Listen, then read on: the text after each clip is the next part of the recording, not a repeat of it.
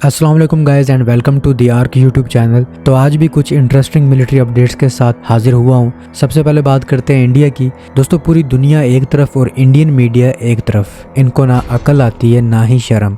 गोदी मीडिया ने शोर मचाया हुआ है कि रूस ने पाकिस्तान की ISI की जानिब से एयर डिफेंस सिस्टम्स और हेलीकॉप्टरों से मुतल्लिक टेक्नोलॉजी की स्मगलिंग की कोशिश नाकाम बना दी है। इस केस के सिलसिले में एक रूसी शहरी गिरफ्तार किया गया है और ये साजिश फौजी हेलीकॉप्टर टेक्नोलॉजी और एयर डिफेंस सिस्टम्स की डेवलपमेंट में इस्तेमाल होने वाले दस्तावेजात की स्मगलिंग से मुतल्लिक थी, जिनमें MI-8 ट्रांसपोर्ट हेलीकॉप्टर की मालूमात शामिल थी और ये साजिश दस्तावेजात की स्मगलिंग से पहले ही नाकाम बना दी गई है।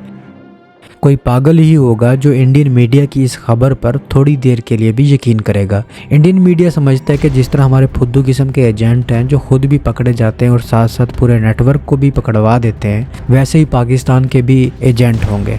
और ये खबर दुनिया के किसी और मीडिया न्यूज़ चैनल पर नहीं चल रही है। खुद रूस को भी नहीं पता इस खबर के बारे में, दुनिया के किसी मोतबर अखबार को भी नहीं पता, लेकिन पता है तो सिर्फ एक इंडियन मीडिया को। अजीब लोग हैं यार, ना स्क्रिप्ट बदलते हैं और ना ही राइटर बदलते हैं। ऐसी बातों पर मोदी भगत ही यकीन कर सकते हैं और ये स्क्रिप्ट लिखते हुए थोड़ी सी भी अक्ल इस्तेमाल नहीं करते। पाकिस्तानी एजेंट रूस में अपनी जान मुश्किल में डाल के MI-8 हेलीकॉप्टर, उस ट्रांसपोर्ट हेलीकॉप्टर की टेक्नोलॉजी चुरा रहे थे जो 1968 का बना हुआ है। दर्जनों ममालिक इसे इस्तेमाल कर रहे हैं और दर्जनों इसे इस्तेमाल करके रिटायर भी कर चुके हैं।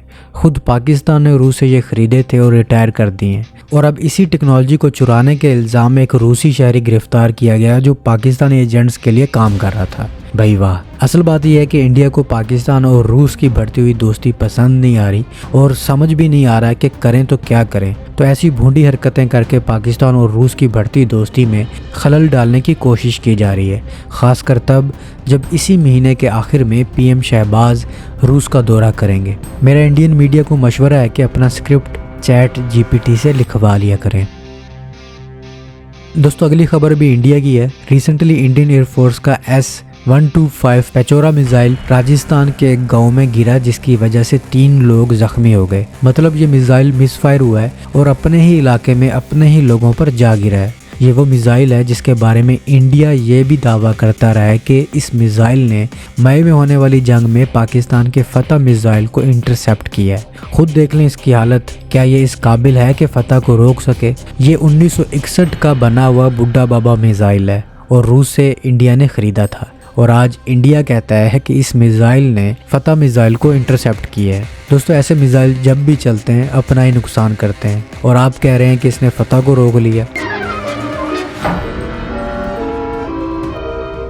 दोस्तों, 11 नवंबर को चीन की फ़ज़ाइया के क़याम के 76वें सालगिरह पर एक ऐसा लम्हा आया जिसने दुनिया भर के दफ़ाई माहिरीन की तवज्जो अपनी जानिब खींच ली है। इस मौके पर जारी होने वाली एक मुख्तसर फिल्म फार रीचिंग ड्रीम्स में चीन ने पहली बार अपने जदीद तरीन स्टेल्थ ड्रोन GJ-11, जो अब डार्क ड्रैगन के नाम से जाना जाता है, इसको J-20 फाइटर जेट और J-16D इलेक्ट्रॉनिक वारफेयर तैयारे के साथ एक ही फॉर्मेशन में उड़ते हुए दिखाया है। इस फिल्म का आगाज़ एक राज भरी मंजर से होता है। एक वसी हैंगर का दरवाज़ा खुलता है और वहाँ से GJ-11 drone Aahista Aahista taxi करते हुए रनवे की तरफ बढ़ता है और चंद लम्हों बाद वो फ़िज़ा में बुलंद होता है और जल्द ही 2 ताकतवर जंगी जहाज़ों J-20 और J-16D के साथ शाना बेशाना परवाज़ करता दिखाई देता है। ये मनाजिर सिर्फ एक मुजाहरा नहीं है बल्कि चीन के जदीद फ़ज़ाई नज़रिए की इलामत है। एक ऐसा निज़ाम जिसमें इंसान और मशीन एक दूसरे के साथ मुकम्मल हम आहंगी के साथ लड़ने की सलाहियत हासिल कर रहे हैं। फिल्म में GJ-11 का नया नाम शुआन लोंग यानी डार्क ड्रैगन जाहिर किया गया है, जबकि J-20 अपने मारूफ लक़ब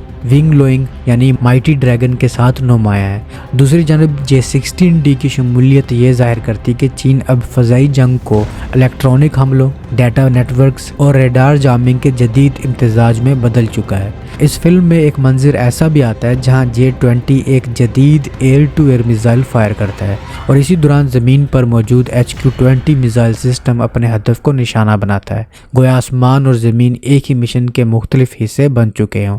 ये पूरी वीडियो दरअसल एक ताकतवर पैगाम है कि चीन अब अपनी फ़ज़ाइया को मुकम्मल तौर पर जदीद, मरबूत और नेटवर्क पर मबनी जंगी निज़ाम में तब्दील कर चुका है, जहां हर जहाज़, हर ड्रोन और हर मिसाइल एक ही कमांड के तहत حرکت کرتا ہے۔ اب بات کرتے ہیں GJ11 ڈارک ڈریگن کی۔ یہ ڈرون بظاہر ایک فلائنگ ونگ ڈیزائن پر مبنی ہے، یعنی اس میں کوئی عمودی دم نہیں ہے جس سے ریڈار پر اس کا سراغ لگانا انتہائی مشکل ہو جاتا ہے۔ اس کا سائز تقریباً 14 میٹر ونگ سپین اور 12 میٹر لمبائی پر مشتمل ہے، جس کے اندر 2 انٹرنل ویپن بے موجود ہیں، جہاں 4 سے 6 پرسیجن بوم یا الیکٹرونک مشنز کے آلات رکھے جا سکتے ہیں۔ اس کے پچھلے حصے میں نصب شیلڈڈ ایگزاسٹ سسٹم حرارت کو کم کرتا ہے تاکہ انفرارڈ سینسرز اسے پکڑ نہ سکیں۔ یہ ایک سنگل ٹربو فین انجن سے چلتا ہے جو تقریباً 50 کلو نیوٹن تھرسٹ فراہم کرتا ہے اور اس کی رینج 1200 کلومیٹر تک بتائی جاتی ہے، جبکہ مشن کی نوعیت کے لحاظ سے یہ 4 سے 6 گھنٹے تک فضا میں رہ سکتا ہے۔ یعنی یہ ایک ایسا ڈرون ہے جو نہ صرف دور دراز دشمن علاقوں میں داخل ہو سکتا ہے بلکہ وہاں ریڈار جامنگ، سرویلنس یا ٹھیک حملے بھی خود مختاری سے انجام دے سکتا ہے۔ دوستو گزشتہ 2 سال کے دوران اس ڈرون کو کئی بڑے ٹیسٹ مقامات پر ایکشن میں دیکھا گیا ہے، خاص طور پر ڈنگشن اور مالان جیسے علاقوں میں۔ ان مشقوں میں اسے فارمیشن کنٹرول اور ریلے کمیونیکیشن جیسے پیچیدہ تجربات سے گزارا گیا ہے۔ کئی بار اسے چین کے جنوب مغربی پہاڑی اڈوں سے بھی اڑان بھرتے ہوئے دیکھا گیا ہے، جو اس بات کا ثبوت ہے کہ یہ ڈرون بلند علاقوں، کم فضائی دباؤ اور مشکل ماحول میں بھی کامیابی سے کام کر سکتا ہے۔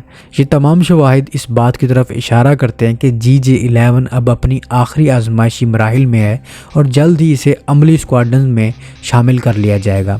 تکنیکی لحاظ سے GJ11 کے اندرونی خانے مختلف قسم کے ہتھیاروں اور سینسرز کے لیے بنائے گئے ہیں، جن میں small precision bombs, electronic warfare pods یا ریڈار ڈیٹیکشن آلات شامل ہیں۔ نیول ورژن میں اسے اینٹی شپ یا اینٹی ریڈیشن میزائل سے بھی لیس کیا جا سکتا ہے۔ یہ ڈرون KU اور KA بینڈ پر انکرپٹڈ ڈیٹا لنک کے ذریعے دیگر طیاروں سے جڑا رہتا ہے، جبکہ اس کا fly by light system radio jamming کے خلاف زیادہ مزاحم سمجھا جاتا ہے۔